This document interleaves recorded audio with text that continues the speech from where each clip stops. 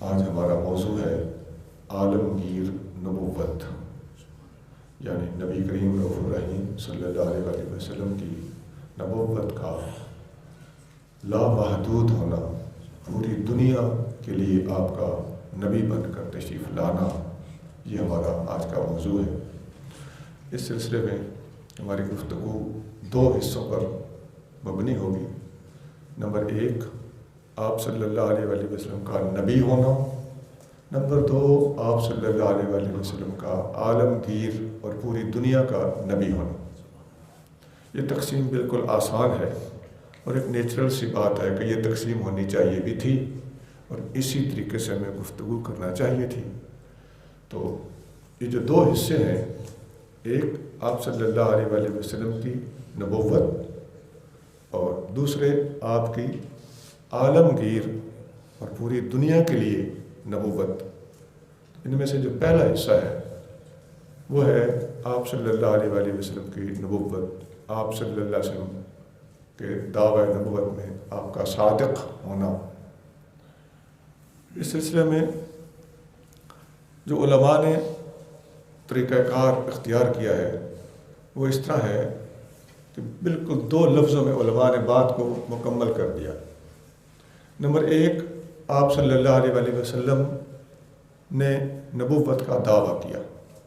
Number 2، آپ صلی اللہ علیہ وسلم نے اپنے سچا نبی ہونے کے حق میں معجزات دکھائے۔ یہ ایک بنیادی سی بات اور مختصر سی بات علماء نے عقائد کی کتابوں میں بیان فرمائی۔ آپ صلی اللہ علیہ وسلم نے جب اعلان نبوت فرمایا تو آپ کے جو بنیادی سیرت اور کردار ہے، آپ صلی اللہ علیہ وسلم نے کافروں کے سامنے اپنا وہ کردار رکھا کہ بتاؤ، آج تک میں نے تمہارے اندر 40 سال کی عمر گزاری اور یہ کوئی تھوڑا عرصہ نہیں ہوتا، اتنے عرصے میں میرا کوئی عیب بیان کرتا۔ اعلان نبوت سے پہلے بھی کوئی عیب، کوئی کمزوری، کوئی خرابی، کبھی کوئی جھوٹ پکڑا ہو، کبھی کوئی خیانت پکڑی ہو، ایسا کچھ نہیں ہے۔ قرآن میں یہ دعویٰ موجود ہے، لقد لبثت فیکم عمرا من قبلہ افلا تعقلون۔ اے لوگوں، میں تمہارے اندر ایک زندگی گزار چکا ہوں، ایک عمر گزار چکا ہوں، کیا تمہیں عقل نہیں ہے؟ یہ بہت بڑا چیلنج ہے کہ اپنی سابقہ زندگی کا ریکارڈ حضور صلی اللہ علیہ وسلم نے پیش کر دیا۔ یہاں ایک اور بات کی بھی وضاحت کر دینا مناسب ہے۔ مرزا قادیانی کہتا ہے کہ میں بھی یہی آیت اپنے حق میں پیش کرتا ہوں۔ اب اس میں دو خرابیاں ہیں۔ پہلی بات تو یہ کہ ہمارے نبی کریم صلی اللہ علیہ وسلم نے جب یہ چیلنج پیش کیا تو حضور سے پہلے یہ چیلنج کسی نے نہیں دیا ہوا تھا، تو یکا یک آقا نے حیران کن چیلنج پیش کر دیا کہ میری سابقہ زندگی کا ریکارڈ تمہارے سامنے ہے، کوئی مائی کا لال ہے تو میرا عیب نکال کے دکھائے۔ اب مرزا قادیانی نبی کریم صلی اللہ علیہ وسلم کی کاپی کر رہا ہے۔ اب حضور کے بعد اگر کوئی اسی بنیاد پہ ایسی بات کرتا ہے تو اس کا مطلب ہے کہ اس کی پلاننگ پر مبنی ہے۔ حضور صلی اللہ علیہ وسلم سے پہلے کسی اور نبی کا یہ دعویٰ نہ کرنا، یہ بذات خود آقا صلی اللہ علیہ وسلم کی حقانیت کا ایک نیا اور زائد ثبوت ہے، ایک فاضل ثبوت ہے۔ اور مرزا قادیانی کا حضور کی کاپی کرنا، یہ اس کی نقالی، مکاری اور ہوشیاری کا ثبوت ہے۔ سیکنڈلی، یہ بھی بتاتے چلے کہ نبی کریم رؤوف الرحیم صلی اللہ علیہ وسلم نے زندگی ان میں 40 سال گزاری تھی، اور اس 40 سال کی زندگی میں آقا کا واقعی کوئی عیب لوگوں کے سامنے نہیں آ سکا، اور اس 40 سال کے عرصے میں حضور کریم صلی اللہ علیہ وسلم معروف شخصیت تھے۔ یہ بڑی اہم پوائنٹ کی باتیں ہیں کہ آقا معروف شخصیت، لوگ آقا صلی اللہ علیہ وسلم کو صادق اور امین کہتے تھے۔ وہ کعبے کی تعمیر کے وقت آقا صلی اللہ علیہ وسلم پر جو اعتماد کیا گیا کہ آپ جو فیصلہ کریں گے تو ہمیں منظور ہوگا، یہ آقا صلی اللہ علیہ وسلم کا ایک سابقہ کردار ہے، سابقہ سیرت ہے، سابقہ مقبولیت ہے جو اس وقت لوگوں میں بڑی واضح تھی۔ حضرت ابو سفیان رضی اللہ تعالیٰ عنہ اس وقت جب کہ وہ مسلمان نہیں تھے، اس وقت ہرقل کے دربار میں جب گئے تو ہرقل نے ان سے پوچھا تھا اس وقت ابو سفیان مسلمان نہیں تھے. یہ بخاری میں حدیث نمبر 7 ہے. شروع میں بادشاہ نے پوچھا جس نے تمہارے ہاں نبوت کا دعویٰ کیا ہے کبھی انہوں نے جھوٹ بھی بولا ہے؟ تو ابو سفیان اگرچہ اس وقت مخالف تھے اور جواب دیا کہ انہوں نے کبھی جھوٹ نہیں بولا. تو ہرقل نے کہا کہ یہی نبیوں کی شان ہوتی ہے کہ نبی جھوٹ نہیں بولتے. میں نے تم پہ سوال اسی لیے کیا ہے. اور جو لوگوں کے ساتھ جھوٹ نہیں بولتا وہ اللہ کے بارے میں جھوٹ کیسے بول سکتا ہے؟ یہ بخاری کی حدیث نمبر 7 ہے. اور حضرت ابو سفیان ہرقل بادشاہ کے دربار میں کھڑے ہو کر اس کے سوال کے جواب دے رہے ہیں. اور ہرقل کی یہ ریمارکس ہیں کہ جو بندوں کے بارے میں جھوٹ نہیں بولتا وہ خدا کے بارے میں جھوٹ کیسے بول سکتا ہے؟ تو حضور کا تو سابقہ ریکارڈ ایسے ہے. اور مرزا قادیانی کا سابقہ ریکارڈ کیا ہے؟ کہتا ہے جی میری زندگی کا بہت سارا حصہ فضول قسم کی مقدمہ بازیوں میں گزرا ہے. یہ اس کی کتاب روحانی خزائن کے اندر الفاظ ہے. تو جس کی زندگی کا بہت حصہ اس طرح برباد ہوا ہو وہ لقد لبثت فیکم عمرا من قبل کہ آیت حضور والی آیت جو حضور کی شان میں اتری ہے اسے چوری کر کے اپنے اوپر فٹ کرنے کی جسارت کیسے کر سکتا ہے؟ اس کی جسارت چلنے کون دے گا؟ کہ اگلوں کے منہ بند ہیں؟ اگلوں کو تم اتنا نادان سمجھتے ہو؟ تمہاری تردید کرنے کی ہم میں صلاحیت نہیں ہے. الحمدللہ ہم جانتے ہیں اور تمہاری تردید کر کے ہم دکھا دیں گے. پھر آپ کریم صلی اللہ علیہ وسلم نے اس اپنی طویل ظاہری زندگی 40 سالہ زندگی کا جو ریکارڈ پیش کیا، اس کے بعد آقا صلی اللہ علیہ وسلم جب کاروبار کرتے تھے، آپ ملک شام کے سفر کرتے رہے، آپ کے ساتھ جانے والے آپ کے ساتھی اور آپ کا عمل، کردار اور دیانتداری کو اپنی آنکھوں سے مشاہدہ کرنے والے لوگ اس بات پر گواہ ہیں کہ آپ کی 25 سال کی عمر میں شادی حضرت خدیجہ کے پیغام پر ہوئی تھی. حضرت خدیجہ نے پیغام بھیجنے میں خاتون ہونے کے باوجود پہل کی اور آقا صلی اللہ علیہ وسلم کی سیرت اور کردار کو پسند کرتے ہوئے اپنے غلام میسرہ کے ذریعے سے نبی اکریم صلی اللہ علیہ وسلم کی شادی کا پیغام بھیجوایا. اس کی وجہ یہی تھی کہ نبی اکریم صلی اللہ علیہ وسلم کی سیرت اور کردار 40 سال کی عمر میں نبوت کا اعلان کرنے سے پہلے صرف 25 سال کی عمر سے پہلے حضرت خدیجہ کبریٰ پر واضح ہو چکی تھی. یہ آپ کی دیانتداریوں کے ثبوت ہیں. ایسی شخصیت بعد میں نبوت کا دعویٰ کرے تو ان کے دعوے کو تسلیم کرنا پڑے گا. پھر حضرت ابوبکر صدیق رضی اللہ تعالیٰ عنہ ایک سفر میں ساتھ تھے تو وہاں ایک راہب نے آقا صلی اللہ علیہ وسلم کے سر کے اوپر بادل کو سایہ کرتے ہوئے جب دیکھا تو اس نے آپ کریم صلی اللہ علیہ وسلم کی جو شان بیان کی کہ مستقبل میں اعلان نبوت فرمائیں گے، ان کے اندر میں نبوت دیکھ رہا ہوں. تو جب ایک غیر مسلم نے، ایک راہب نے نبی کریم صلی اللہ علیہ وسلم کی یہ شان بیان کی، صدیق اکبر فرماتے ہیں میرے دل میں اسی وقت بات بیٹھ گئی تھی کہ آقا کریم صلی اللہ علیہ وسلم جب نبوت کا اعلان فرمائیں گے تو سب سے پہلے تصدیق کرنے والا میں ہوں گا. یہ اعلان نبوت سے پہلے کی بات ہے. یہ ہے لقد لبثت فیکم عمرا من قبلہ افلا تعقلون، کیا تمہیں عقل نہیں ہے؟ اب بھی یہ پوری دنیا کو چیلنج ہے کہ ہمارے آقا کا یہ سیرت ہے، یہ کردار ہے، یہ رویہ ہے، اور لوگوں کے اس زمانے میں 40 سال کی عمر سے پہلے اور اعلان نبوت سے پہلے آقا کے بارے میں لوگوں کی اظہار خیال ہے اور یہ ریمارکس ہے. ہم دنیا کے عقل مندوں کو دعوت فکر دیتے ہیں. ایسی ہستی کو قبول کرنا پڑے گا، سر جھکانا پڑے گا. اور یہی وجہ ہے کہ ہمارے علماء نے لکھا ہے کہ باقی تمام صحابہ کرام اور صحابیات نے نبی کریم صلی اللہ علیہ وسلم کے اعلان نبوت کے بعد آپ پر ایمان رکھا. پہل کسی نے بھی کی ہو، لیکن صدیق اکبر وہ ہستی ہے کہ اعلان نبوت سے پہلے ہی نبی کریم صلی اللہ علیہ وسلم پر ایمان لا چکے تھے. اظہار ہوتا تو آپ بھی اظہار کرتے نا ایمان لانے کا، ورنہ بات پہلے طے ہو چکی تھی، وہ آقا صلی اللہ علیہ وسلم کو تسلیم کر چکے تھے.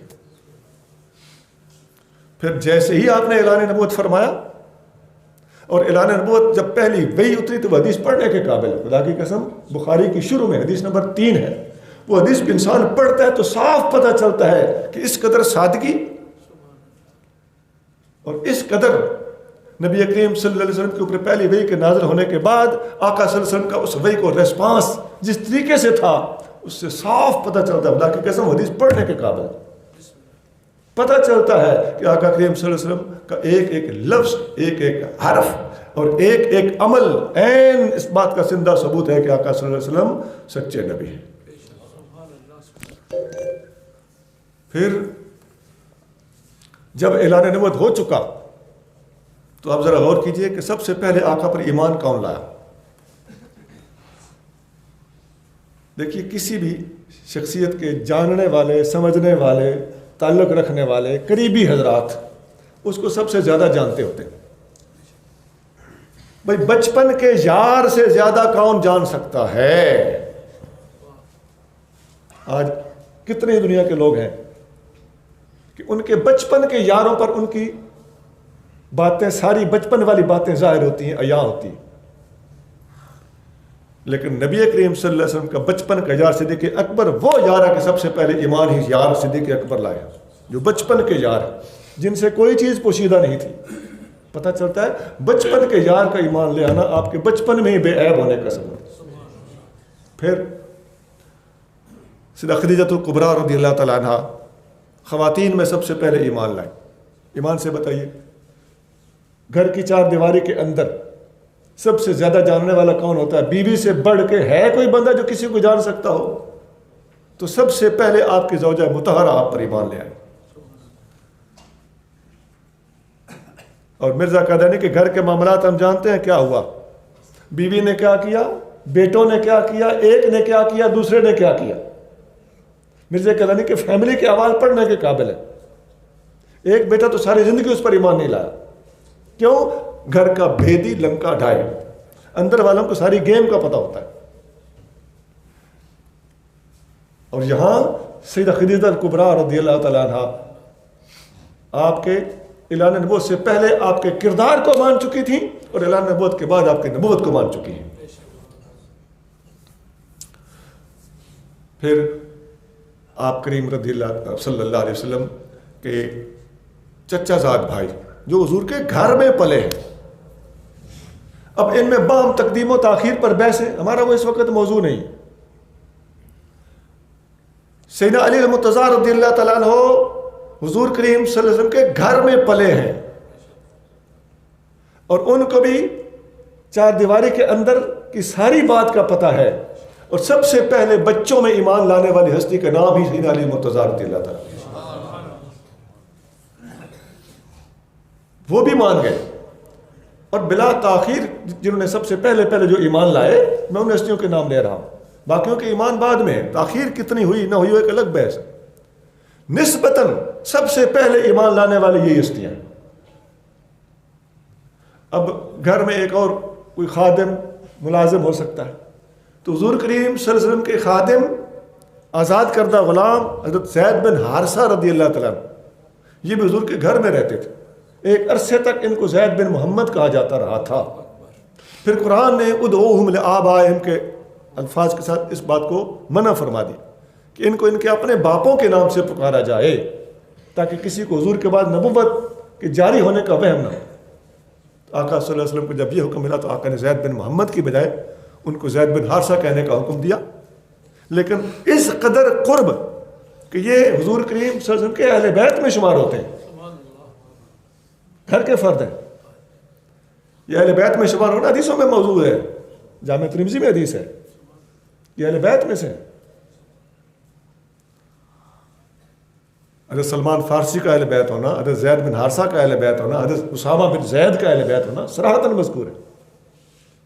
تو یہ اہل بیت میں سے ہیں اور خادم ہیں، آقا صلی اللہ علیہ وسلم کے خادم ہیں، آزاد کردہ غلام ہیں، یہ بھی غلاموں میں سب سے پہلے ایمان لانے والے یہ ہیں۔ تو ٹوٹل یہ چار ہستیاں ہیں جو سب سے زیادہ نبی کریم صلی اللہ علیہ وسلم کے قریب تھے، سب سے زیادہ حضور کریم صلی اللہ علیہ وسلم کو جانتے تھے، اور کسی بھی ہستی کو یہ چار ہستیاں، اسی قسم کی چار ہستیاں جان سکتی ہیں۔ آقا کو یہ چار ہستیاں جتنا جانتی تھیں اتنا ہی زیادہ نبی کریم صلی اللہ علیہ وسلم پر دوسروں کی نسبت اولاً تقدیماً اور پہلے ایمان لائے۔ پھر آپ کریم صلی اللہ علیہ وسلم نے جو معجزات دکھانے شروع کر دی،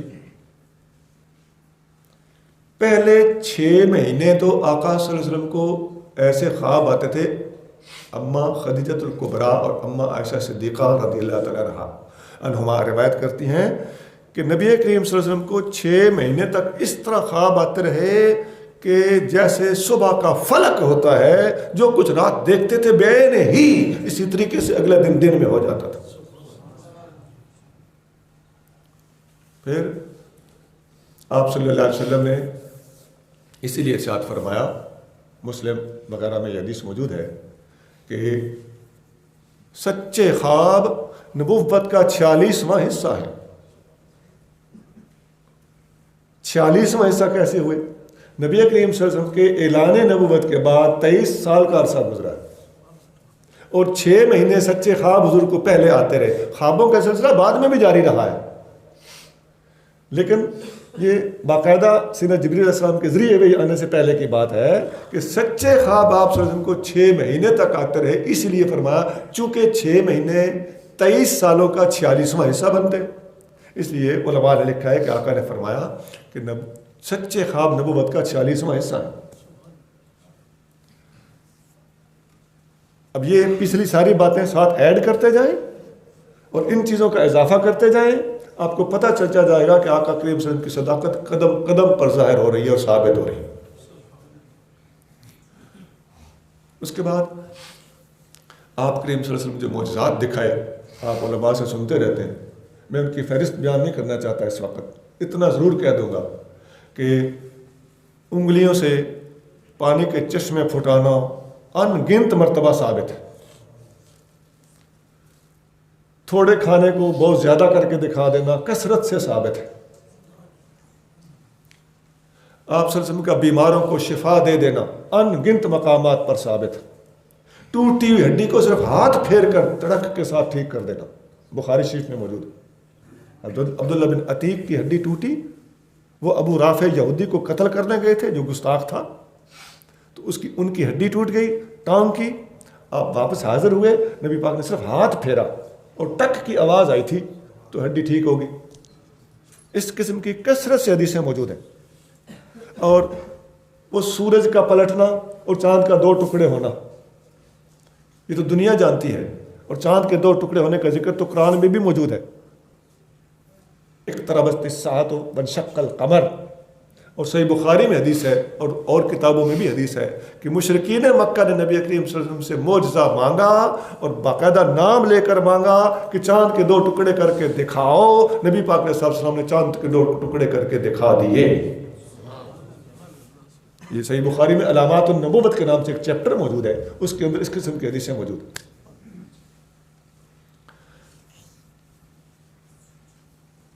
پھر آپ کریم صلی اللہ علیہ وسلم کے اس قسم کے بے شمار معجزات کے علاوہ آپ صلی اللہ علیہ وسلم کو غیر مسلموں نے آپ کی شان میں، آپ کی منقبت میں باتیں کی ہوئی ہیں۔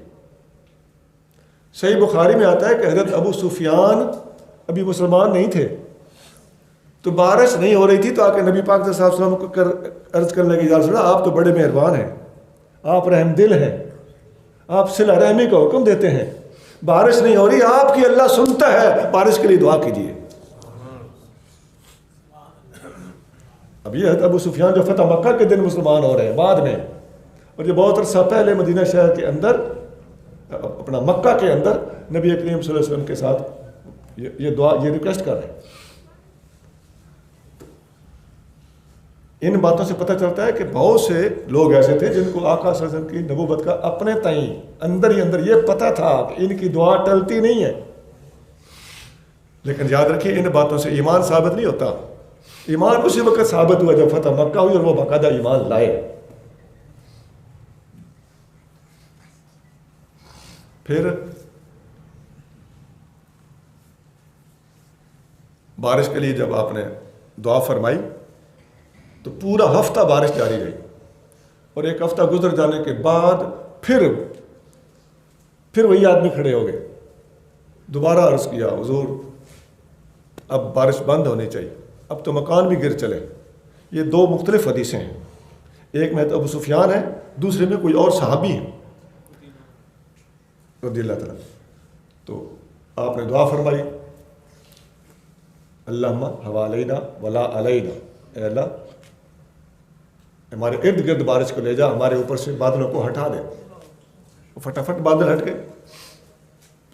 یہ حدیثیں صحاح ستہ میں خاص طور سے بخاری اور مسلم میں کثرت سے اس قسم کی حدیثیں موجود ہیں۔ آقا صلی اللہ علیہ وسلم کے وصال پر ملال کے بعد بھی ابن ابی شیبہ میں صحیح حدیث موجود ہے، حضرت بلال بن حارث مزنی رضی اللہ تعالیٰ عنہ، یہ حضرت بلال حبشی نہیں ہے، یہ اور حضرت بلال ہے، یہ بھی صحابی رسول ہے صلی اللہ علیہ وسلم۔ یہ روضہ پاک پہ حاضر ہوئے، روضہ پاک پہ عرض کرتے ہیں یا رسول اللہ بارش نہیں ہو رہی، آپ کی امت پیاسی ہے، دعا فرمائیں۔ روضہ پاک پہ عرض کر رہے ہیں، رات گھر آ کے سوئے، خواب میں نبی کریم صلی اللہ علیہ وسلم کی زیارت ہوئی، فرمایا بارش ہوگی اور عمر سے جا کے ملو۔ اس وقت حضرت فاروق اعظم کا زمانہ ہے خلافت، عمر سے جا کے ملو، عمر کو میرا سلام دینا اور کہنا کہ احتیاط کریں۔ اب وہ احتیاط کیا تھی؟ یہ کوئی روحانی معاملہ ہے، وقت کا کتب احتیاط کرتا ہے تو بارش ہوتی ہے، بس اتنا میں کہہ دیتا ہوں۔ اب یہ تو حضور کے وصال کے بعد کی بات ہے، جن کے وصال کے بعد کی یہ بات ہے تو ان کی زندگی کے اندر معجزات دکھانے کا کیا عالم ہوگا۔ پھر آپ کریم صلی اللہ علیہ وسلم نے جتنے زیادہ سے زیادہ معجزات دکھائے، ان پر ایک کتاب، دنیا میں کافی کتابیں علماء نے لکھی، علامہ ابن کثیر نے بھی معجزات النبی کے نام سے ایک پوری کتاب لکھی، اور خاص طور سے پچھلی صدی میں حضرت علامہ یوسف بن اسماعیل نبہانی رحمۃ اللہ کی کتاب حجت اللہ علی العالمین فی معجزات سید المرسلین، بڑی بمباٹ کتاب، تقریباً عربی میں 1000 صفحے کی کتاب ہے۔ عربی میں، عربی کے 1000 صفحہ سمجھ لیں کہ اردو کے 3000 صفحے، تو بڑی پیاری کتاب ہے۔ اور میں اس کتاب کا یا ان کتابوں کا حوالہ اس لیے دے رہا ہوں کہ معجزات کی فہرست بیان کرنا بڑا طویل کام ہے، یہ ان کتابوں کے اندر اتنے معجزات لکھے ہوئے کہ انسان پڑھ کے حیران رہ جاتا ہے۔ آپ صلی اللہ علیہ وسلم کا سب سے بڑا معجزہ قرآن شریف۔ ویسے تو آپ کہیں گے کہ یار یہ چاند کے 2 ٹکڑے ہونا یہ بڑا معجزہ کیوں نہیں، سورج کا پلٹنا بڑا معجزہ کیوں نہیں، یہ بظاہر باتیں آپ کو اٹریکٹیو لگیں گی، نہیں، قرآن بڑا معجزہ اس لیے ہے کہ اصل چیز دنیا میں علم کو پھیلانا ہے، اور قرآن ایسا معجزہ ہے، ایسی علمی کتاب ہے کہ یہ کتاب معجزے کے طور پر دائمی طور پر نبی پاک کو عطا ہوئی ہے۔ یہ حضور کے زمانے سے لے کے قیامت تک کے لیے معجزے کے طور پر پوری دنیا کے اندر چیلنج دے رہی ہے۔ یہ دائمی معجزہ ہے، پرماننٹ معجزہ ہے، یہ فار ایور معجزہ ہے۔ جتنا کوئی قرآن کو پڑھتا چلا جائے گا، جتنا اس کے اندر گہرا اترتا چلا جائے گا، اتنا ہی اسلام کی، قرآن کی، ہمارے نبی کریم صلی اللہ علیہ وسلم کی حقانیت اس پر واضح ہوتی چلی جائے گی۔ جامع ترمذی میں حدیث ہے، نبی کریم صلی اللہ علیہ وسلم فرماتے ہیں کہ لا ينقضی عجائبہ، قرآن کے عجائب کبھی ختم ہونے کو نہیں آئیں گے۔ ولا یشبع منہ العلماء، قرآن کو پڑھ پڑھ علماء رجیں گے نہیں۔ ولا یخلق عن کثرت الرد، بار بار پڑھنے سے قاری کا دل کبھی تنگ نہیں پڑے گا۔ ولا یخلق عن کثرت الرد، بار بار پڑھنے سے کوئی اکتائے گا نہیں۔ اور آپ آزما کے دیکھ لیں، قرآن ایسا معجزہ ہے۔ سر آپ دیکھیں قرآن کا بچہ، قرآن قاری بچہ قرآن پڑھتا ہے مدرسے میں، میں یہ بات کئی بار عرض کر چکا ہوں، ہے کوئی بندہ جو کھڑا ہو کے کہہ سکے، کوئی ماں کہہ سکے، کوئی استاد کہہ سکے کہ میں نے بچے کو کہا کہ تم قرآن پڑھتے وقت جھوما کرو؟ کوئی بھی نہیں کہتا۔ اور یہ واحد کتاب ہے کہ جس کو پڑھنے والا قاری خواہ بچہ ہی ہو، بغیر کسی کے کہے آج خود جھومنے لگتا۔ اس کے پڑھنے میں وہ لطف ہے، وہ چاشنی ہے۔ کوئی شاعر یعنی یہ شاعری نہیں ہے، لیکن کوئی شاعر یہاں نہیں پہنچ سکتا۔ آپ جو مرضی سورت پڑھ لیں، آپ سورت الحمد سے شروع کر دیں، سورت بقرہ شروع کر دیں، ایسے ایسے الفاظ ہیں کہ اس کے آخر میں نون آتا ہے تو نون ہی آتا چلا جائے گا، آخر میں میم آتا ہے تو میم ہی آتا چلا جائے گا۔ اذا زلزلت الارض زلزالها واخرجت الارض اثقالها وقال الانسان ما لها يومئذ تحدث اخبارها بان ربك اوحى لها۔ کیا چس ہے جی. اذا السماء انفطرت واذا الكواكب انتثرت واذا البحار فجرت واذا القبور بعثرت علمت نفس ما قدمت واخرت. کیا لطف ہے جی.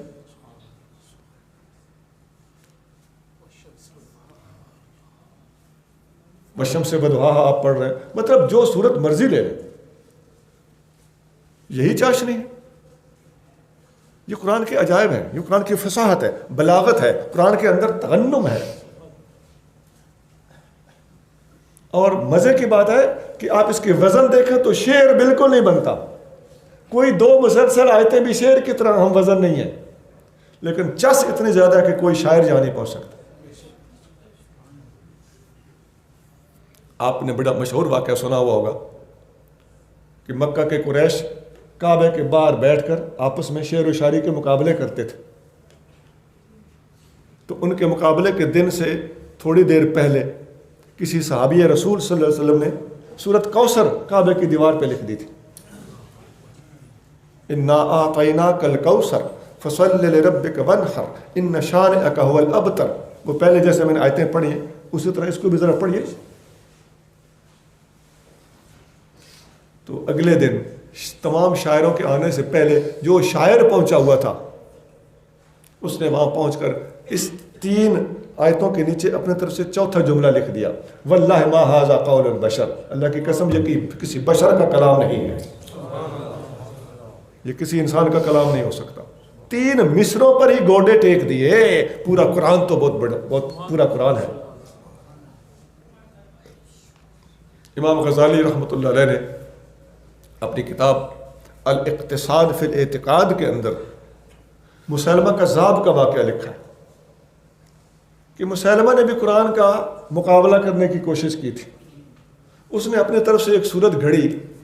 وہ لکھتا ہے الفیل وما الفیل وما ادراک ما الفیل لہو ذنب بطیل وخرطوم طویل. یہ ہاتھی کیا ہے, ہاتھی تمہیں کیا پتا کہ کیا ہے ہاتھی. اب اصل میں قرآن میں کیا ہے, القاریہ تو مل قاریہ وما ادراک مل قاریہ, کھڑکھڑا ڈالنے والی. اور کیا ہے کھڑکھڑا ڈالنے والی, اور تمہیں کیا پتا کہ کیا ہے کھڑکھڑا ڈالنے والی. ایمان سے بتاؤ, قیامت کو کھڑکھڑا ڈالنے والی کہا جا رہا ہے اور تمہیں کیا پتا کہ کیا ہے کھڑکھڑا ڈالنے والی. یہ بات قرآن کی, یہ حق ہے. ہمیں نہیں پتا کہ کیا ہے کھڑکھڑا ڈالنے والی. قرآن حق کہہ رہا کہ تمہیں کیا پتا. لیکن ہاتھی کے بارے میں اگر کوئی کہے کہ تمہیں کیا پتا کہ کیا ہے ہاتھی, تو چھوٹا سا بچہ بھی کھڑا ہو کے کہے گا سر مجھے پتا ہے. میں نے اس پہ سواری بھی کی ہے چڑیا گھر میں, میں نے اس کی تصویر بھی اپنے ہاتھ سے بنائی ہے. میں مثال دے رہا ہوں بچے کو جو آج کل چل رہا ہے. تصویر بنانے کا جواز عدم جواز ایک الگ بحث ہے. تو اس قسم کی بودھی باتیں اور اس قسم کی گھٹیا گفتگو مسلمہ جیسے لوگ کریں تو ایک الگ بات ہے. قرآن کا مقابلہ کرنا کسی مائی کے لال کا بس نہیں ہے. یہیں سے پتہ چل جاتا ہے کہ مقابلہ کرنے والوں نے کیا گل کھلایا, کیا بگاڑ لیا اس نے الٹا خود اپنا مذاق بنوایا. قرآن نے جس چیز کو کہا ہے کہ تم کیا جانو کہ یہ کیا ہے, قرآن نے حق کہا ہے. اور تم کہتے ہو کہ ہاتھی کے بارے میں تم کیا جانو کہ کیا ہے ہاتھی, تم نے بے وقوفی کی. بالکل بے وزن بات.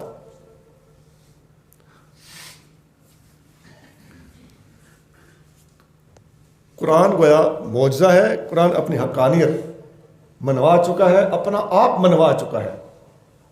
اور قرآن قیامت تک کے لیے معجزہ ہے, اس وقت تک کے لیے نہیں, قیامت تک کے لیے معجزہ ہے. پچھلے چند سال پہلے ایک کرسچن نے قرآن کا مقابلہ کرنے کی کوشش کی. اس نے ایک کتاب لکھی, الفرقان الحق کے نام سے اس نے کتاب لکھی.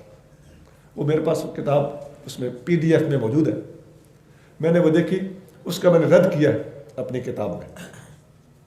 ہماری کتاب پہ المستند کی شرح انشاءاللہ آ رہی ہے, اس میں نے ٹکا کے اس کا رد کیا. اور میں نے اس کو بتایا کہ تمہاری, اس نے تو بسم اللہ ہی غلط لکھی ہوئی ہے. جو اپنی وہ بسم اللہ لمبی ترنگی بنا کے جوڑی ہے اس نے, وہی اسی پہ وہ گوڈے ٹیک گیا. تو اکثر باتیں قرآن سے نقل کی ہوئی ہے, کاپی کرتا ہے, ورڈ ٹو ورڈ کاپی کرتا ہے. اور ٹوٹل 366 پیجز عربی اردو ترجمے سمیت 366 پیجز اور تقریباً 10-12 سطروں کا ایک پیج ہے اور اتنے موٹے موٹے لفظ ہیں. وہ آپ جوڑیں تو آپ یقین کریں گے کہ وہ صرف اور صرف 30-32 صفحے بنتے. قرآن کا مقابلہ تو کیا کرے گا. ہم نے اپنی کتاب اسلام زندہ باد میں ایک جملہ لکھا ہے اس کے بارے میں نے کہا آنیسٹلی بتانا تم نے یہ جو لکھا ہے، چلو باقی باتیں الگ، ایک ایک لفظ پر ہماری تنقید، ہماری ہر بات کا جواب، وہ الگ بحث، وہ ہم دے رہے ہیں، ہم نے دیا بھی ہے. ہمارا سمپل سا سوال ہے سر، آپ بتائیے کہ آپ نے اس تحریر کو جب لکھا تھا تو کتنی بار لکھا تھا اور کتنی بار پھاڑا تھا؟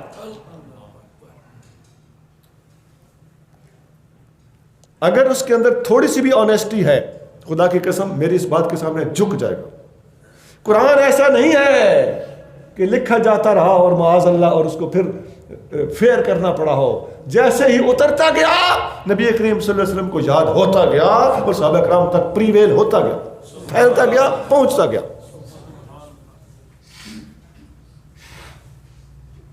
تو یہ جو تھے نا بیٹھ کے لکھنے والے، وہ قرآن کا مقابلہ کیا کریں گے؟ لیکن اگر کوئی لکھے بھی تو ہم نے اس کے باوجود اس کا رد کر دیا. یہ کوئی نہ کہے کہ بیٹھ کے لکھنے میں کیا عیب تھا. عیب تو ہے ہی ہے، لیکن ہم نے تمہاری اس تحریر کو بھی لفٹ کرا دی ہے کہ لاؤ نا، اس کے باوجود اس کے اندر غلطیوں کے انبار موجود ہیں. عرض یہ کر رہا تھا کہ قرآن ایک دائمی معجزہ ہے آقا کریم صلی اللہ علیہ وسلم کا، فار ایور معجزہ. میں نے اختصار سے کام لینا ہے. اب تک میں نے جتنی گفتگو کی ہے اس میں صرف اور صرف ایک پوائنٹ ہم نے ڈیل کیا ہے کہ نبی کریم رؤوف الرحیم صلی اللہ علیہ وسلم کی نبوت کی صداقت کے ثبوت ہمارے پاس کیا ہے. اختصار کے ساتھ اس بیان کو مکمل کرنے کے بعد ہم آگے بڑھتے ہیں کہ آقا کریم صلی اللہ علیہ وسلم کی نبوت عالمگیر کیسے. یہ وہی بات، اس میں مزید باتیں ایڈ ہوں گی. ابھی وہ موضوع ختم تو نہیں ہوگا، اسی کا اگلا حصہ اب شروع ہونے لگا. سب سے پہلی بات تو یہ ہے اس سلسلے میں کہ ہمارے نبی کریم صلی اللہ علیہ وسلم سے پہلے جتنے بھی انبیاء علیہ السلام گزرے، تمام کے تمام نبی اپنی قوم کی طرف آتے تھے یا اپنے علاقے کی طرف آتے تھے. اب دیکھیے، الی عاد اخاہم ہودا، ہم نے عاد کی طرف ان کے بھائی ہود کو بھیجا. ہود علیہ السلام کس کی طرف آئے؟ الی عاد، قوم عاد کی طرف آئے تھے. پتہ چلتا ہے کہ ہود علیہ السلام ایک قوم کے نبی ہیں جن کا نام عاد ہے، قرآن اس پر گواہ ہے.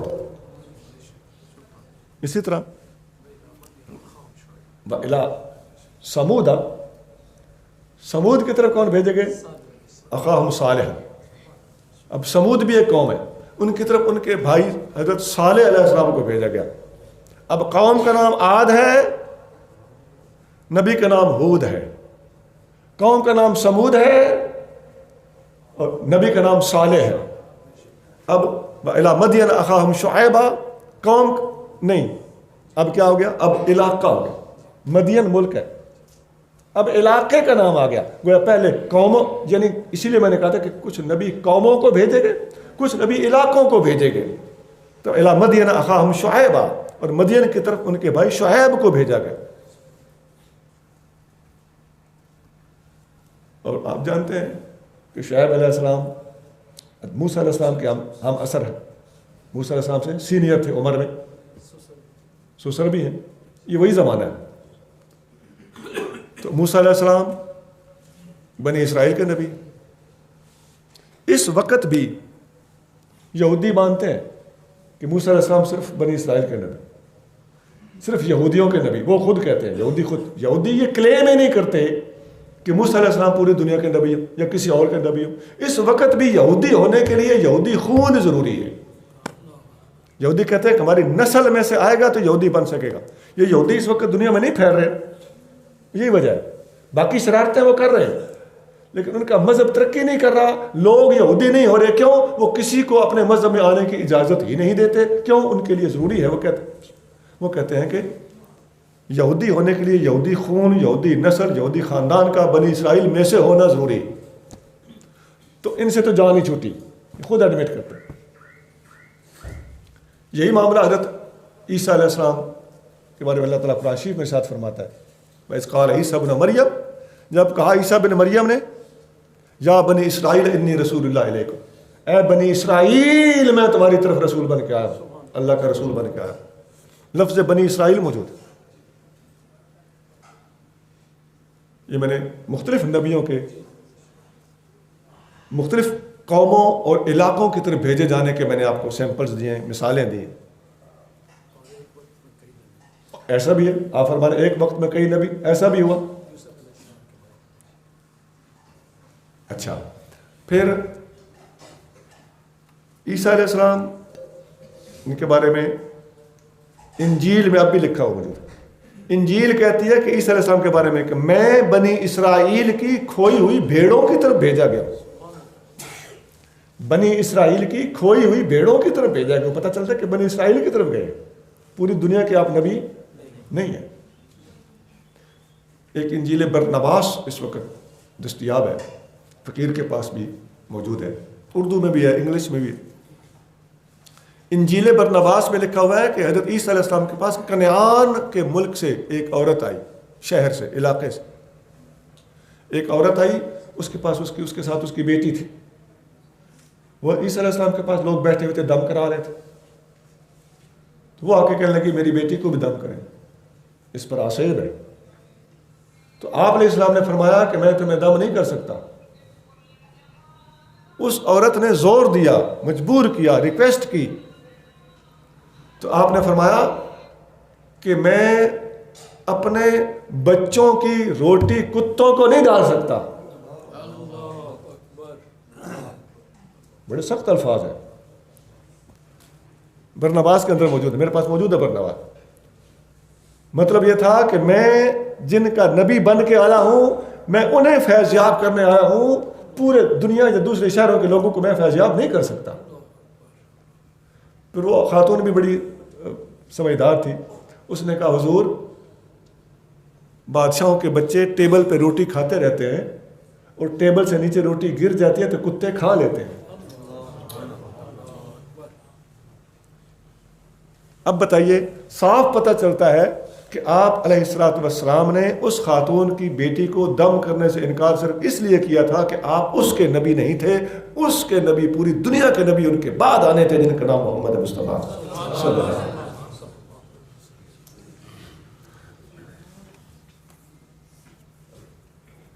اب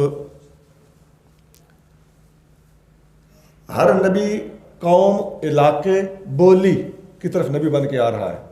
ہمارے نبی کریم صلی اللہ علیہ وسلم سے پہلے کسی نبی نے یہ کلیم بھی نہیں کیا، یہ دعویٰ بھی نہیں کیا، اور ہم مختلف قسم کے کلیم دکھا بھی چکے ہیں کہ وہ ساری دنیا کے نبوت کے کلیم نہیں ہے، دعوے نہیں ہیں۔ یہ دعویٰ کس نے کیا؟ وہ تو خود کہہ رہے ہیں کہ میں اپنی روٹی بچوں کی روٹی کتوں کو نہیں ڈال سکتا، میں بنی اسرائیل کی کھوئی بھیڑوں کی طرف آیا ہوں۔ کوئی خود لوگ مان رہے ہیں کہ ہمارے نبی بنی اسرائیل کے نبی ہیں، اور یہودی ہونے کے لیے یہودی خون کا ہونا ضروری ہے۔ ان کے علاوہ جتنے دوسرے لوگ ایسے ہیں، مختلف مذہبوں کے ماننے والے، بدھسٹ ہیں، ہندو مت ہے، ان کی بنیاد جہاں سے بھی پڑی وہ ایک الگ بحث ہے۔ ان کی بنیاد میں کون ہے، پہلی شخصیت کون ہے، ان کی روحانی حیثیت کیا ہے، یہ ایک الگ بحث ہے۔ لیکن افسوس کہ ان کی تو کوئی اپنی لکھی ہوئی کتاب ہے ہی نہیں، اور اگر تھی بھی تو اس وقت ان کی اپنی قوم کے پاس وہ کتاب نہیں ہے۔ مسئلہ ہی حل ہو گیا، ان کا کلیم بھی ختم ہو گیا۔ وہ تو بات ہی جڑ سے گئی کہ ان کی کتابیں اویلیبل نہیں، بعد والوں کی لکھی ہوئی ہیں، وہ خود مانتے ہیں۔ کسی نے 1000 سال بعد لکھی، کسی نے کئی سال بعد لکھی، خود ان کے کسی پیروکار نے کوئی کتاب بنائی یا لکھی یا کوئی گائیڈ لائن دی۔ پھر اب دوسری طرف آتے ہیں، جب ہم اپنے نبی کریم رؤوف الرحیم صلی اللہ علیہ وسلم کا کلیم دیکھتے ہیں تو قرآن پڑھیے، اللہ تعالیٰ قرآن میں فرماتا ہے، یہی آیت جو میں نے خطبے میں پڑھی تھی، قل یا ایھا الناس انی رسول اللہ الیکم جمیعا، اے پوری دنیا کے لوگوں میں تم سب کی طرف اللہ کا رسول بن کے آیا ہوں۔ قرآن نے اعلان کر دیا۔ اب اس بات کی صداقت وہ ایک الگ بحث ہے۔ ہم یہ عرض کر رہے ہیں فی الحال کہ پوری دنیا میں ہمارے نبی کریم صلی اللہ علیہ وسلم نے یہ دعویٰ کسی نے آقا کے سوا یہ کسی نے دعویٰ نہیں کیا تو ایک کسی کا کلیم ہی نہیں ہے، کسی کا دعویٰ ہی ایسا نہیں ہے، تو بات جڑ سے گئی. اور ہمارے نبی کریم صلی اللہ علیہ وسلم کا یہ دعویٰ، یہ اعلان، یہ کلیم حیران کن ہے. جیسا میں نے کہا تھا کہ آقا صلی اللہ علیہ وسلم کا یک دعویٰ کرنا بغیر کسی پلاننگ کے، آج خود فار دا فرسٹ ٹائم یہ کہنا کہ میری سابقہ زندگی دیکھ لو. اسی طرح آقا صلی اللہ علیہ وسلم کا یہ فرمانا کہ میں پوری دنیا کا نبی ہوں، آپ سے پہلے یہ کسی نے کلیم نہ کیا ہو، تو آقا کا یہ فرمانا ہی حیران کن دعویٰ ہے. اس سے پتہ چلتا ہے کہ آپ صلی اللہ علیہ وسلم لیڈ لے جا چکے ہیں. آپ کا آؤٹ اسٹینڈنگ ہستی ہونا، آپ کا پوری دنیا کا نبی ہونا، یہ آپ کے علاوہ کسی نے دعویٰ ہی نہیں کیا، تو یہ بھی آپ کی پوری دنیا کا نبی ہونے کا ایک انوکھا ثبوت ہے. ایک اور جگہ پہ اللہ تعالیٰ اپنا شریف ارشاد فرماتا ہے، تبارک الذی نزل الفرقان علی عبدہ لیکون للعالمین نذیرا. برکت والی ہے وہ ذات جس نے اپنے بندے پر فرقان نازل کیا. قرآن شریف کو فرقان بھی کہا جاتا ہے. لیکون للعالمین نذیرا، تاکہ سارے جہانوں کے لیے میرا نبی نذیر بنے، اللہ سے ڈرانے والا. اب یہ دو آیتیں، ان میں الگ الگ لفظ موجود ہیں. قل یا ایھا الناس انی رسول اللہ الیکم جمیعا، اے تمام لوگوں میں تم سب کی طرف رسول ہوں. اور دوسری آیت میں فرمایا لیکون للعالمین، سارے جہانوں کے لیے نذیر. تو الفاظ دونوں آیتوں کے جدا جدا ہیں لیکن مفہوم ایک ہی. اور الفاظ جدا جدا ہونا، مفہوم ایک ہونے میں بھی ایک الگ ذائقہ ہے، الگ لطف ہے، الگ چس موجود ہے. اب عالمین کی وسعت کیا ہے، اول کیا ہے، آخر کیا ہے، اور اس کا پھیلاؤ اور سٹریچ کیا ہے، یہ بھی ریزرو رہے. اس پر بھی ہم طویل گفتگو کر سکتے ہیں، لیکن اشارتاً ہم نے بات عرض کر دی. قرآن کی اور متعدد آیات اس پر دلالت کرتی ہے. نبی اکرم ہدی للناس، قرآن کی شان بیان کی گئی کہ یہ قرآن پوری دنیا کے لیے ہدایت ہے. ہدی للناس، تمام ناس، الناس کہتے ہیں تمام انسانیت، پوری کی پوری انسانیت کے لیے ہدایت کا سامان ہے قرآن کے اندر. اور حدیث شریف میں بھی آتا ہے، بخاری، مسلم اور دوسری کتابوں میں کثرت سے حدیث ملتی ہے. نبی کریم رؤوف الرحیم صلی اللہ علیہ وسلم کہتے ہیں کہ کان رسول یبعث الی قومہ، میرے سے پہلے رسول کو اس کی اپنی قوم کی طرف بھیجا جاتا تھا. وارسلت الی الخلق کافۃ، اور میں ساری کی ساری مخلوق کی طرف بھیجا گیا. یہ حضور نے بڑی بات کلیئر کی ہے کہ میرے سے پہلے رسول اپنی قوم کی طرف آتے تھے. یہ کلیریفیکیشن حدیث میں موجود ہے. گویا یہ ساری کی ساری جو گفتگو ہے، یہ سب حضور کریم صلی اللہ علیہ وسلم کے نالج میں اللہ تعالیٰ نے دی ہوئی ہے، اور ساری کی ساری صورتحال اللہ نے اپنے محبوب کے سامنے رکھ دی ہے کہ محبوب، اگرچہ آپ کسی استاد کے پاس نہیں پڑھے، لیکن ہم نے آپ کو وہ نگاہ نبوت عطا فرمائی ہے، اور ہم نے آپ پر وہ وحی نازل کی ہے کہ ہم آپ کے سامنے پوری دنیا کے حالات، آپ سے پہلے 1 لاکھ سوا لاکھ لگ بھگ پیغمبروں کے حالات، ان کے دعوے، ان کا قوم یا علاقے کی طرف جانا، ان کی نبوتوں کا اپنے اپنے زون تک محدود ہونا ہم آپ کے سامنے رکھ رہے ہیں. اور آقا صلی اللہ علیہ وسلم فرما رہے ہیں کہ وہ سب قوم، علاقے کی طرف محدود تھے، لیکن ارسلت الی الخلق کافۃ، میں تمام انسانیت کا نبی بن کے آیا ہوں.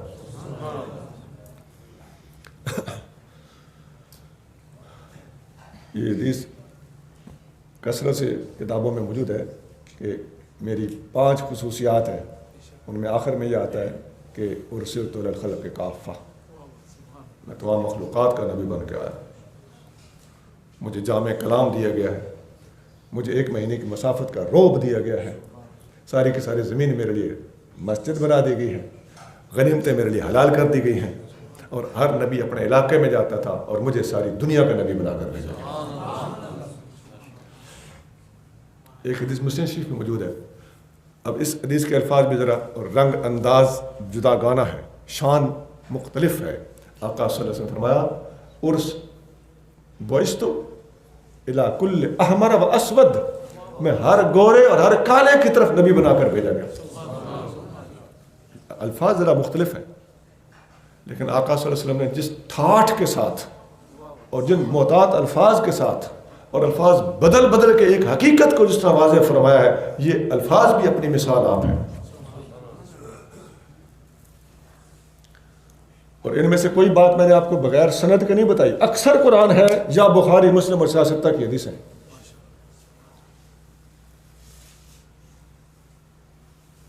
ہم یہ باتیں اس لیے عرض کر رہے ہیں کہ یہ باتیں صرف حاضرین نے نہیں سننی ہوتی. یہ دور نیٹ کا دور ہے. ہم چاہتے ہیں کہ اپنے آقا کریم صلی اللہ علیہ وسلم کی نبوت اور رسالت اور عالمگیر نبوت کا پیغام دنیا کے کونے کونے تک پہنچائیں.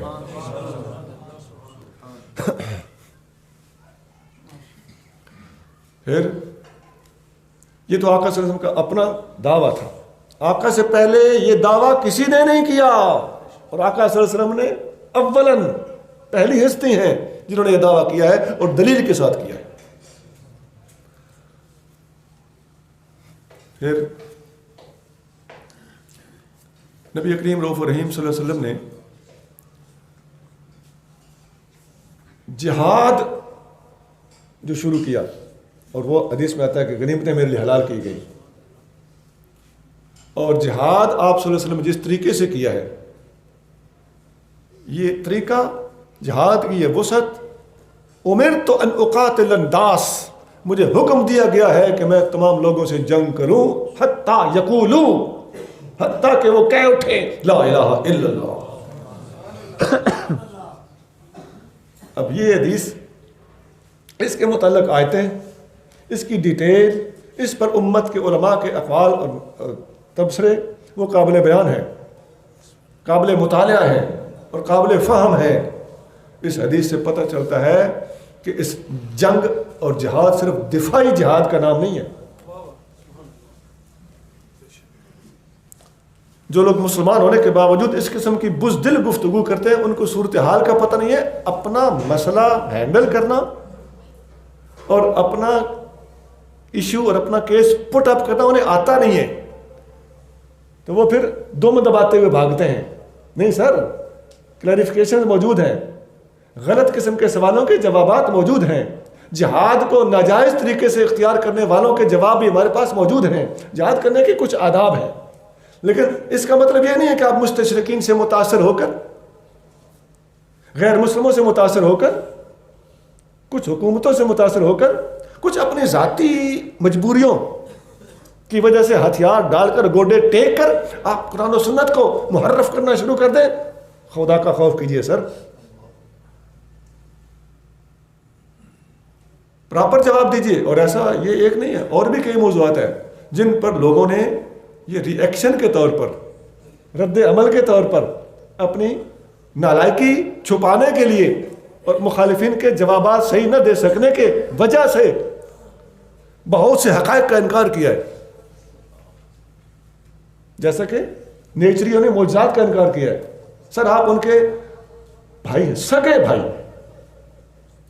ایسا نہیں ہے کہ جہاد صرف دفاع کا نام ہے. جہاد کے کئی قسمیں, دفاع بھی جہاد ہوتا ہے, وہ ایک صورت جس میں دفاع کرنا پڑتا ہے, وہ نفیر عام کی صورت ہوتی ہے.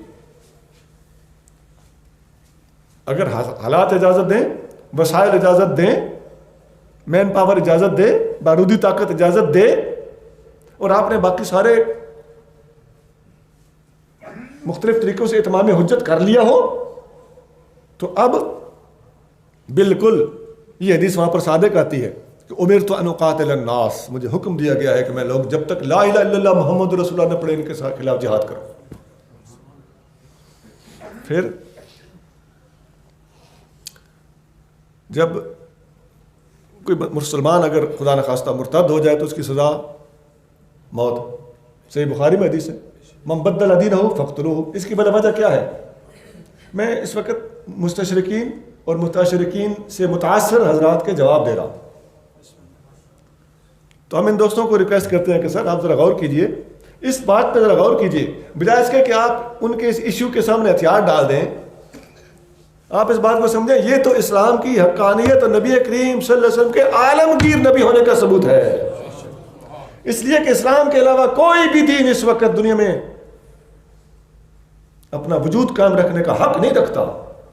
ہاں, اس کو ہم ڈیل کیسے کریں گے, یا وہ مسلمان ہو جائے یا ہم اطاعت ہو کر رہے. اور اگر مسلمانوں میں سے کوئی بندہ مرتد ہوتا ہے تو اس کی سزا قتل اسی لیے ہے کہ اسلام کا ضمیر مطمئن ہے, اسلام اپنے آپ کو حق پر مانتا ہے, سمجھتا ہے. ایک بندہ کہنے لگا جی اگر کوئی دوسرے مذہب کا بندہ اپنا مذہب چھوڑ دے تو کیا اسے بھی قتل کیا جائے گا؟ اسے نہیں کیا جائے گا. تو پھر مسلمان کو کیوں قتل کیا جاتا ہے جب یہ مرتد ہوتا ہے؟ تو تو میں جواب عرض کرتا ہوں سر بڑی سادہ سی بات ہے، وہ لوگ اپنے مذہب میں اپنے مذہب کو چھوڑنے والے کی سزا، مرتد ہونے کی سزا، ان کو جو وہ اپنے اصطلاح میں اگر مرتد کہتے ہیں تو اپنے مذہب کو چھوڑنے والے کی سزا موت اپنے مذہب میں لکھی ہوئی دکھا دیں، اپنے مذہب کی کسی کتاب میں یہ پنشمنٹ لکھی ہوئی دکھا دیں تو دیتے پھریں، لیکن اگر کسی دوسرے مذہب میں یہ پنشمنٹ نہ لکھی ہو، اسلام میں لکھی ہو، تو اس کا مطلب یہ ہے کہ ان کا کانسیپٹ اپنے بارے میں ہی کلیئر نہیں ہے، انہیں اپنی حقانیت کا اسلام کی طرح مسلمانوں کی طرح یقین ہی نہیں ہے، اس لیے ان کے یہاں یہ بات پائی ہی نہیں گئی۔ سر جب وہ چیز ان کی اپنے کتابوں میں نہیں لکھی ہوئی تو آپ ان کے کیا لگتے ہیں؟ انکل جی لگتے ہیں، آپ ان کو خواہ ڈیفینڈ کر رہے ہیں۔ لانا دکھاؤ تمہاری کتاب میں یہ مسئلہ کہاں لکھا ہوا ہے، اپنی کتابوں کی روشنی میں یہ مسئلہ پٹ اپ کرو، نہیں تو پھر مان لو کہ اسلام یہاں بھی پہلا نمبر لے گیا، اسلام کی ہر بات آؤٹ اسٹینڈنگ ہے، اسلام اولیت لے جاتا ہے، پہلا نمبر لے جاتا ہے ہر بات میں۔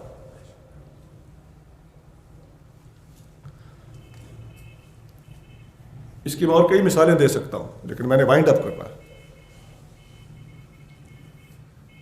پھر ایک اجتہاد بھی ایک چیز ہے اسلام میں، اور اجتہاد اسلام میں کیوں جاری ہے کہ نئے مسئلے کا حل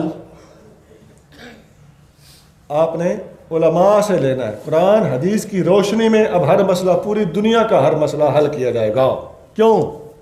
اس لیے کہ اب کسی نبی نے نہیں آنا، اب عالمگیر نبوت قائم ہو چکی، نبی کریم رؤوف الرحیم صلی اللہ علیہ وسلم اعلان نبوت فرما چکے، پوری دنیا کے نبی آ چکے، پوری دنیا کے مسائل حل کرنے کے لیے قرآن ہے، حدیث ہے، اگر قرآن حدیث میں مسئلہ نہ ہو تو اجتہاد ہے۔ یہ آقا صلی اللہ علیہ وسلم کے آخری نبی ہونے کا بھی ثبوت ہے اور پوری دنیا کے نبی ہونے کا بھی ثبوت ہے۔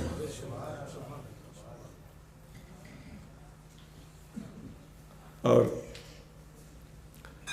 یہ جو مسئلہ ختم نبوت ہے یہ بھی اسی سے تعلق رکھتا ہے۔ نبی کریم رؤوف الرحیم صلی اللہ علیہ وسلم چونکہ پوری دنیا کے نبی ہیں، اسی لیے حضور صلی اللہ علیہ وسلم کے بعد کسی نبی کا آنا اب منع ہو چکا ہے۔ اب پوری دنیا کا نبی آ جانے کے بعد اب کس شہر کا نبی آئے گا خدا نخواستہ، اب کس قوم کا نبی آئے گا، اب کس ملک کا نبی آئے گا، اب کون سی زبان بولنے والا نبی آئے گا؟ نہ بولیوں والے نبی آ سکتے ہیں، نہ علاقوں والے نبی آ سکتے ہیں، نہ شہروں والے نبی آ سکتے ہیں، نہ قوموں والے نبی آ سکتے ہیں، نہ نسلوں والے نبی آ سکتے ہیں، اس لیے کہ ارسلت الی الخلق کافہ کا اعلان مصطفیٰ کریم فرما چکے ہیں۔ اسی لیے آقا صلی اللہ علیہ وسلم کی نبوت آخری نبی۔ قرآن فرماتا ہے الیوم اکملت لکم دینکم، آج ہم نے تمہارے لیے تمہارا دین مکمل کر دیا، دین مکمل ہو چکا۔ اب یہ اخلاقیات کا بھی یہ معاملہ ہے۔ آقا صلی اللہ علیہ وسلم کا اخلاق ہر نبی نے اخلاق سکھایا ہے، ہر نبی نے عاجزی سکھائی ہے، ہر مذہب عاجزی اخلاق سکھاتا ہے، جو کوئی بھی مذہب ہو، سٹینڈرڈ اپنا اپنا ہے، معیار اپنا اپنا ہے، ترازو اپنا اپنا ہے۔ دنیا کا کوئی مذہب بد اخلاقی نہیں سکھاتا۔ یہ ملحدین کے لیے پوائنٹ ہے کہ ملحدین کہتے ہیں ہم اپنی مرضی کریں گے، اپنی مرضی تو بد اخلاقی ہوتی ہے۔ ہر مذہب مہذب اور با ادب بن کے رہنے کا، عاجزی میں رہنے کا سبق دیتا ہے، تکبر کو چھڑواتا ہے۔ تو ملحد بچے بچیاں میں دیکھتا رہتا ہوں، یہ قابل رحم ہیں بیچارے، ان کی اصلاح کی ضرورت ہے، ان کو گائیڈ کیا جائے۔